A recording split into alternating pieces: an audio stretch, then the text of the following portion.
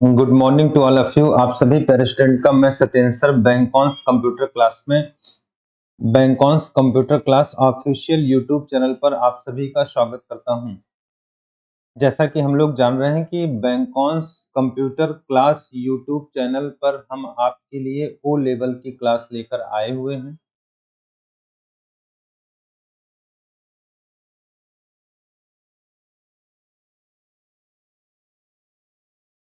O level की class हम लेके आए हुए हैं और मैं आप सभी प्यारे स्टूडेंट को बता दूं कि अगर हम लोग बात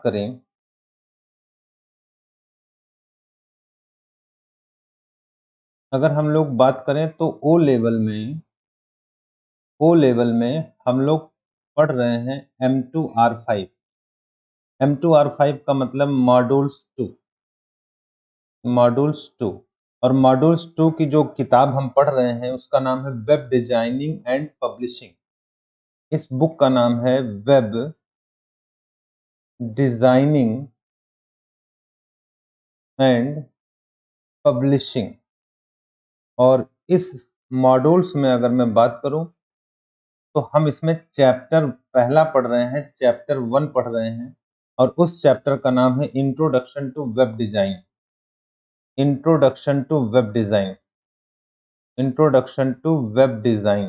देखो, मैं आप सभी प्यारे स्टूडेंट को बता दूं कि अगर आप सभी लोग हमारे चैनल से जुड़े हुए हैं तो सबसे पहले देखो मैं कहूंगा कि आप हमें ज्वाइन तो करे हैं, पर आप अपने मित्रों को इस वीडियो को शेयर जरूर करें और साथ में हमारे यूट्यूब चैनल को सब्सक्राइब कर लें। हमारे यूट्यूब चैनल का नाम है बैंकॉन्स कंप्यूटर क्लास।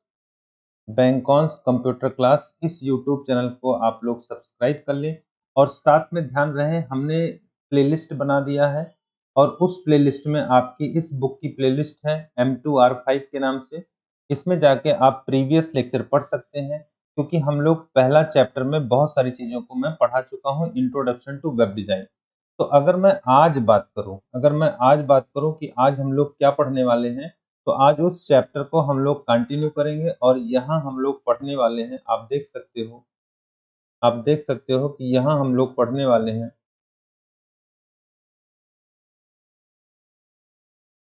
चलिए, यहाँ हम लोग देख सकते हैं कि आज जो क्लास हमको यहाँ मिलने वाली है, जो मैं आपको बताने वाला हूँ, उसमें सबसे पहले अगर मैं बात करूँ डियर, तो देखो सर्च इंजन क्या होता है, जैसा कि मैं पीछे पढ़ा चुका हूँ फिर भी मैं इसको आपको बताता हुआ चल रहा हूँ। जब भी हम सर्च इंजन की बात करते हैं तो आप ध्यान रखिएगा, सभी प्यारे स्टूडेंट से मेरा कहना है कि सर्च इंजन होता क्या है डियर। तो चलो फटाफट हम लोग यहाँ सुनते हुए चलेंगे। देखो सर्च इंजन क्या है, जैसे आज के समय में यह एक प्रोग्राम या प्रोग्राम का एक सेट होता है जो इंटरनेट की मदद से वेब पर उपलब्ध जानकारी में से यूजर द्वारा दी गई क्वेरी को सर्च करके रिजल्ट देता है। सर्च इंजन को हम एक नाम बोल सकते हैं कि एक तरह का सर्वर है। सर्च इंजन एक सर्वर है जो क्या करता है, जो प्री डिफाइंड कीवर्ड को होल्ड करता है। देखो प्री डिफाइन, अगर मैं इसे इंग्लिश में लिख दूं तो मैं बोल सकता हूँ प्री डिफाइंड कीवर्ड को रिजर्व्ड करता है। रिजर्व्ड, इसका मतलब होता है कि यहाँ पे आपके प्री डिफाइंड कीवर्ड रिजर्व्ड होते हैं। जब यूजर किसी भी रिक्वेस्ट को मांगता है तो वो हमें प्रदान करता है। जैसे फॉर एग्जांपल अगर मैं बात कर लूँ, तो आपने कहा सर गूगल एक सर्च इंजन है, आपने कहा याहू एक सर्च इंजन है, इसका मतलब यहाँ पर प्री डिफाइंड कीवर्ड आपके रिजर्व्ड होते हैं। जब हम उस पे टाइप करते हैं तो वो हमारे रिक्वेस्ट पर रिस्पॉन्स देते हैं। जैसे मैंने पूछ लिया कि who is the PM of India, तो पीएम भारत के कौन है, इसका मतलब पीएम नाम का एक कीवर्ड है। यहाँ पे देखो कीवर्ड की मैंने बात की तो मैंने कहा पीएम नाम का एक कीवर्ड है और इस कीवर्ड को उसने रिजर्व्ड करके रखा है, आरक्षित करके रखा है। जब आप सर्च मारोगे तो वो आपके रिक्वेस्ट पर रिस्पॉन्स कर देगा। ये काम होता है सर्च इंजन का। फिर हम आगे बढ़ेंगे, ज़्यादा समय नहीं ले रहे हैं। सर्फिंग क्या होता है, तो ध्यान रखना सर्फिंग, देखो सर्फिंग वर्ड जो है ये सरफेस से आया है। इसे हम लोग कहते हैं सर्फिंग का मतलब सरफेस, और सरफेस का मतलब होता है तल। और तल पे हम क्या करते हैं, चलते हैं। जैसे मैंने कह दिया आज हम इंटरनेट पे क्या करते हैं, चलते हैं, फेसबुक पे चलते हैं, यूट्यूब पे चलते हैं, या हम ऐसे तमाम प्लेस पर जो है चलते हैं। तो आपने कहा वर्ल्ड वाइड वेब पर सूचना की खोज में एक वेब पेज से दूसरे वेब पेज पर जाना ही क्या कहलाता है? सर्फिंग कहलाता है। तो आप जब एक वेब पेज से दूसरे वेब पेज पर या उसी वेब पेज पे चलते हो तो उसी को हम लोग सर्फिंग कहते हैं। तो मुझे नहीं लग रहा इन दोनों पॉइंट में कहीं कोई दिक्कत है। अगर किसी को कोई दिक्कत है तो एक बार कमेंट बाद में कर दिया करो। मान लो इस सेशन को है ना आप रिकॉर्डिंग प्राप्त कर रहे हो, बाद में मैं लाइव भी करूँगा। थोड़ी-सी ग्रोथ हो जाएगा, है ना? आप सभी बच्चे इसको लाइक करते रहिए, शेयर करते रहिए, संख्या बढ़ाते रहिए, फिर मैं इस सेशन को लाइव भी कर दूँगा। अभी रिकॉर्डिंग कर रहा हूँ, फिर भी कुछ पूछना होता है तो कमेंट करके पूछ लिया करो। चलिए, अब आगे बढ़ते हैं। यहाँ पे एक प्रश्न हम देख पा रहे हैं, वेब ब्राउज़र क्या होता है? मैंने बार-बार बताया है कि वेब ब्राउज़र कुछ और नहीं होता है। वेब ब्राउज़र को हम लोग क्या कहते हैं डियर? हम लोग कहते हैं यह एक एप्लीकेशन सॉफ्टवेयर होता है, जो वेब पेज से इन्फॉर्मेशन को एक्सेस करने की सुविधा देता है, जैसे क्रोम, सफारी, फायरफॉक्स। हम बोल सकते हैं जो इंटरनेट का प्रवेश द्वार है। इंटरनेट का प्रवेश द्वार, इंटरनेट का प्रवेश द्वार। अगर हमें इंटरनेट पे जाना होगा तो इसके माध्यम से ही हम पहुँचेंगे क्योंकि ये इंटरनेट का प्रवेश द्वार होता है। अच्छा, अब आगे बढ़ते हैं, ये सारे आपके ब्राउज़र होते हैं। बिट रेट क्या होता है? देखो रेट का मतलब होता है दर। हमने कहा रेट एक दर है, किसका दर है? बिट का। इसका मतलब जब हम इंटरनेट पे काम करते हैं डियर, तो हमारा डाटा ट्रांसफ़र होता है। हमने कहा हमारा डाटा जाता है, डाटा जाने का मतलब ट्रांसफ़र होता है। तो जब डाटा ट्रांसफ़र होता होगा, तो हमें पता है कि डाटा किस फ़ॉर्म में होता है? बिट के फ़ॉर्म में। तो वही, है ना? जो आपके डाटा की संख्या जो एक बार में ट्रांसफ़र होती है, उसे बिट रेट कहते हैं। तो बिट की संख्या जो एक बार में ट्रांसफ़र होती है ना? उसे हम बिट रेट कहते हैं। बैंडविड्थ क्या होता है? बैंडविड्थ का मतलब देखो यहाँ पे बैंड का मतलब चैनल से है और विड्थ का मतलब चौड़ाई से है। तो चैनल की चौड़ाई, जैसे आपने कहा सर ये कोई रोड है, ध्यान से समझना। आपने कहा सर ये कोई रोड है, अगर ये रोड होगा तो इसकी एक चौड़ाई होगी, तो यही चौड़ाई ही इसकी क्या है? बैंडविड्थ है, इसी को हम बैंडविड्थ बोलते हैं। तो आपने कहा निश्चित समय में ट्रांसफर होने वाले डाटा को बैंडविड्थ कहते हैं, या हम बोल सकते हैं capacity of a network, capacity of a network to carry the data, to carry the data, to carry the data on network is called bandwidth. किसी भी नेटवर्क की कोई कैपेसिटी होगी, जैसे मैंने कहा ये मेरा हाथ है तो इसकी एक बैंडविड्थ है कि हम अपने हाथ पे कोई भी वस्तु रख सकते हैं, इसकी एक क्षमता है, एक लिमिट है। अगर हमने दोनों हाथ लगा दिया तो क्षमता हमारी बढ़ गई। तो बैंडविड्थ का मतलब होता है capacity of a network to carry the data is called bandwidth. I hope ये समझ में आ गया होगा। फिर आगे बढ़ते हैं, हम वेबसाइट के बारे में बात करेंगे। चलो, वेबसाइट के बारे में अगर हम लोग बात करते हैं तो यहाँ आपसे प्रश्न उठता है सर वेबसाइट क्या होती है? तो collection of web page is called website. आप पढ़े हो, आपने कहा है कि सर वेबसाइट उन,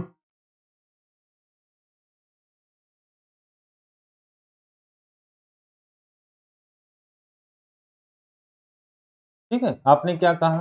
वेबसाइट उन वेब पेज का कलेक्शन होता है जो एक ही डोमेन नेम को रिफर करके वेबसाइट रिफर करें।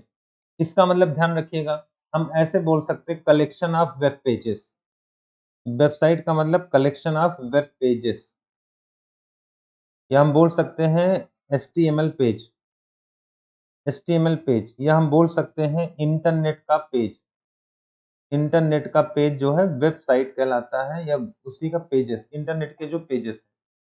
वेबसाइट कई प्रकार के होते हैं। आजकल हम अलग-अलग टॉपिक से संबंधित होते हैं, जैसे आजकल देखो ई-कॉमर्स की वेबसाइट है जिस पे आप खरीदारी करते हो, मैगज़ीन की वेबसाइट जिस पे आप पढ़ाई करते हो, सोशल मीडिया की वेबसाइट फेसबुक वगैरह जहाँ हम दोस्त बनाते हैं, ब्लॉग की वेबसाइट है ट्विटर वगैरह जहाँ हम अपनी है ना बातों को लिखते हैं, फ़ोटो शेयरिंग वेबसाइट है जैसे आपने कह दिया इंस्टाग्राम वगैरह, वीडियो शेयरिंग वेबसाइट है जैसे यूट्यूब वगैरह, एजुकेशनल वेबसाइट है जैसे स्कूल, कॉलेज वगैरह, फोरम वेबसाइट है जैसे कोई विभाग वगैरह, है ना? पोर्टफोलियो वेबसाइट है बिज़नेस के लिए। तो आपने कहा ऐसे बहुत सारे वेबसाइट्स हैं जिसका हम यूज़ करते हैं। तो चलिए आगे बढ़ते हैं, बहुत ज़्यादा समय नहीं लेंगे, फटाफट करते चलेंगे। ये सारे पॉइंट आप बस देखते चलो। चलो ध्यान देना। वेब पेज किसे कहते हैं? तो आपने कहा वेब पेज एक इलेक्ट्रॉनिक पेज होता है जिसे हम एचटीएमएल का पेज कहते हैं, या इसे वेब लैंग्वेज का प्रयोग करके बनाया जाता है। इस पेज में किसी भी संस्था, कंपनी या अन्य जानकारी के साथ हम इमेज, ऑडियो, वीडियो, हाइपरलिंक भी जोड़ते हैं। तो हम बोल सकते हैं इंटरनेट का पेज या एचटीएमएल का जो पेज है वही वेब पेज होता है। बोलो कंफर्म है? तो इंटरनेट का पेज ही वेब पेज होता है। आई होप आपके समझ में आ रहा होगा। हमने इस चीज़ को देखो आपके सामने मेंशन कर दिया है। वर्किंग ऑफ वेबसाइट्स क्या होती हैं? ध्यान रखना वर्किंग ऑफ वेबसाइट, वेबसाइट का कार्य क्या है? तो हमें पता है कि वेबसाइट किसी वेब सर्वर पर होस्ट होती है। वो किसी न किसी वेब सर्वर पर होस्ट होती हैं और उसका एक आईपी एड्रेस होता है और आईपी एड्रेस के थ्रू हम वेबसाइट को ग्लोबली एक्सेस कर सकते हैं, मतलब कहीं भी हम एक्सेस कर सकते हैं। आगे बढ़ें।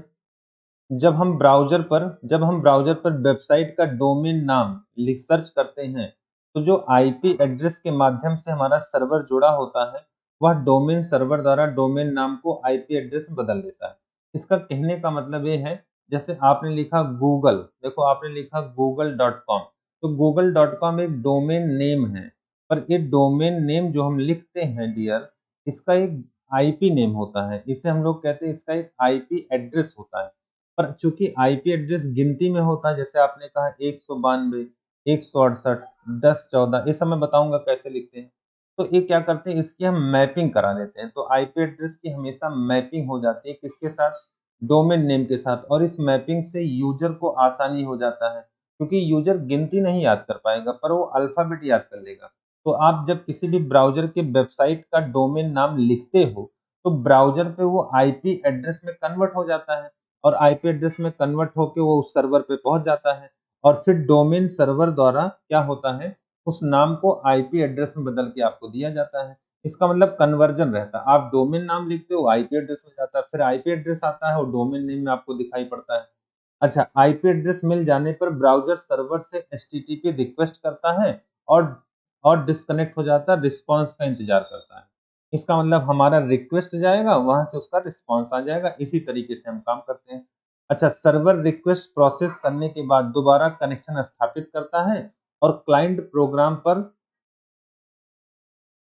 वेबसाइट खुल जाती है। क्लाइंट प्रोग्राम पर, है ना, कनेक्शन स्थापित वेबसाइट खुल जाती है। इसका मतलब रिक्वेस्ट करके वो रिस्पॉन्स पे हमारी वेबसाइट को खोल देता है। चलिए आगे बढ़ते हैं। टाइप ऑफ वेबसाइट क्या होता है? आपसे पूछा गया टाइप ऑफ वेबसाइट। वेबसाइट 2 प्रकार के होते हैं। देखो वेबसाइट 2 प्रकार के होते हैं, आपके पेपर में 1 नंबर का क्वेश्चंस बनता है, तो मैं कहूँगा आप इसे बहुत अच्छे से पढ़ना। एक स्टैटिक वेबसाइट होता है और एक आपका देखो डायनेमिक वेबसाइट होता है। अब नाम से पता चला स्टैटिक, स्टैटिक का मतलब स्थिर, स्थिर, और डायनेमिक का मतलब देखो गतिशील। इसका मतलब क्या है, मैं पढ़ रहा हूँ जरा समझना। स्टैटिक वेबसाइट उन वेब पेज का कलेक्शन होता है जिनका कंटेंट स्टैटिक या फिक्स होता है। इसका मतलब उनका कंटेंट बदलेगा नहीं, जो प्रत्येक यूजर के लिए एक जैसा होगा, है ना, मतलब वही सबको मिलेगा। स्टैटिक वेबसाइट को क्रिएट करना इजी व लागत भी कम होती है, जबकि डायनेमिक के नाम से गतिशील है, तो आप बोलोगे इसका कंटेंट डायनेमिकली बदलता रहता है। डायनेमिक वेबसाइट को डेवलप करने के लिए फ्रंट एंड के साथ-साथ बैक एंड टेक्नोलॉजी भी यूज़ होती है। अभी मैं बताऊँगा फ्रंट एंड, बैक एंड क्या होता है। वह डाटाबेस की ज़रूरत भी होती है, जिसमें माईएसक्यूएल, एसक्यूएल सर्वर, ओरेकल इत्यादि डाटाबेस के पार्ट होते हैं। तो चलो अभी हम लोग चर्चा करेंगे, आगे मैंने बताया भी है। स्टैटिक वेबसाइट के कुछ फीचर्स यहाँ लिखे गए हैं। स्टैटिक वेबसाइट वेब पेज का कंटेंट बदलता नहीं है, यानी कि वो फिक्स रहता है। इसमें डाटाबेस की आवश्यकता नहीं होती है। प्रत्येक रिक्वेस्ट पर समान रिस्पॉन्स मिलता है, कोई बदलाव नहीं होता है। उपयोगकर्ता कोई एक्टिविटी नहीं कर सकता, मतलब आप इसमें कुछ बदलाव एडिटिंग नहीं कर सकते। इसका लाभ है, ये आसानी से बना सकते हैं और बहुत सस्ता बनता है। अच्छा, अगर हम इसकी तुलना कहाँ करते हैं, डायनामिक से कहते हैं, तो अभी आपने कहा सर डायनामिक में क्या होगा, कंटेंट आपका चेंज होता रहेगा।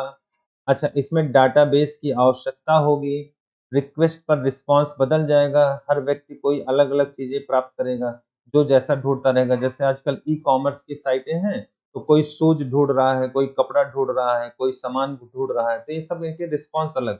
जैसे फेसबुक हो गया, अमेज़न हो गया, फ्लिपकार्ट हो गया, नेटफ्लिक्स हो गया, ये सब डायनेमिक वेबसाइट के उदाहरण हैं। इनका लाभ देखो क्या है, इसमें ज़्यादा फंक्शनैलिटी मिलता है और ये जनरेट डायनामिकली कंटेंट करते हैं। इसमें कंटेंट आपका जन है ना, जनरली डायनामिक होता है, मतलब बदलता रहता है। कुछ चीज़ें हट गई, दोबारा अपडेट हो गई, फिर हट गई, फिर अपडेट हो गई। जैसे हम लोग आपको कोर्स वगैरह देते हैं ऑनलाइन, तो उसमें देखो हम लोग मैटर बदलते रहते हैं, उसे हम लोग डायनामिक बोलते हैं। चलो आगे बढ़ेंगे। अभी एक वर्ड आया था फ्रंट एंड क्या होता है, बैक एंड क्या होता है। देखो फ्रंट एंड बैक एंड जरा समझो। जैसे मैंने कहा ये एक कंप्यूटर है, दूसरा कंप्यूटर है। अब समझना जरा सभी लोग। हमने कहा नेटवर्क कैसे बनता है। नेटवर्क में 2 चीज़ें ज़रूरी हैं। एक क्लाइंट ज़रूरी है और दूसरा आपका सर्वर ज़रूरी है। आपने कहा सर जो क्लाइंट होता है इसे हम लोग फ्रंट एंड कहते हैं। इसे हम लोग फ्रंट कहते हैं और जो सर्वर हमें नहीं दिखता है वो बैक होता है, भाई पता नहीं कहाँ रखा है।